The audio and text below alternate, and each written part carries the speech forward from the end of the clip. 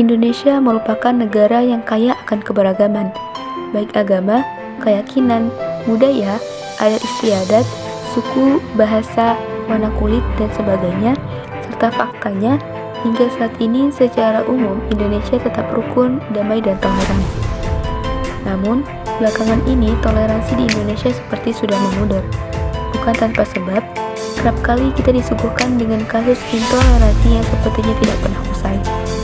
Seperti beberapa kasus yang teridentifikasi sepanjang 2020 adalah Jemaat Huria Kristen Batak Protestan Kota Serang Baru yang diganggu saat beribadah pada 13 September, sekelompok warga Geraha Prima Jonggol menolak ibadah Jemaat Gereja Pantekosta Bogor pada 20 September, umat Kristen di Desa Ngasem dilarang beribadah oleh sekelompok orang pada 21 September, dan larangan beribadah terhadap jemaat Rumah Doa Gereja GSJ Kanaan di Kabupaten Nganjuk pada 2 Oktober. Negara Indonesia yang dengan gagah menyematkan moto Bhinneka Tunggal Ika dengan harapan walaupun berbeda tetap satu jua, masih sangat rentan terjadi krisis toleransi. Kasus intoleransi yang marak terjadi di Indonesia rasanya menambah daftar panjang memudarnya sikap toleransi di negeri ini.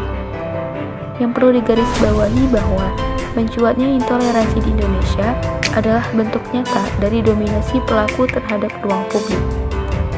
Terjadinya toleransi yang kian memudar seharusnya cukup menyadarkan kita akan pentingnya mengamalkan nilai-nilai Pancasila sebagai bukti bahwa Indonesia adalah warga yang saling menghargai antar sesama.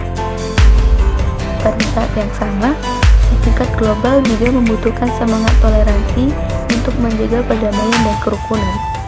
Di beberapa belahan dunia masih saja terjadi pertikaian yang menimbulkan krisis kemanusiaan akibat paham, sikap, dan praktik beragama secara berlebihan seperti klaim-klaim kebenaran secara sepihak. Untuk mengantisipasi agar intoleran tidak terjadi lagi, semua umat beragama dan komponen bangsa memiliki tanggung jawab yang sama agar kehidupan yang rukun, damai, dan toleran tetap dan terus terawat dengan baik. Namun, berdasarkan pengalaman dan fakta, Indonesia dipandang bisa menjadi teladan dalam praktik toleransi.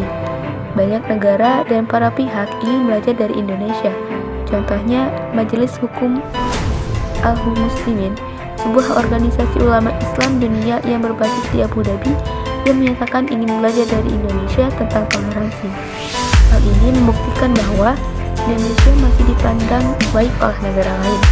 Untuk itu, sebagai kaum muda Indonesia memiliki peran penting dalam membawa negeri ini di masa depan, dengan cara membangun interaksi yang baik dan intensif, menumbuhkan sikap toleransi di dalam diri dan lingkungan kita, mempelajari pendidikan kewarganegaraan dengan baik, dan menerapkan dalam kehidupan kita, agar bisa memberikan kontribusi positif dan kebinekaan terjalin erat kembali dalam diri dan negara yang kita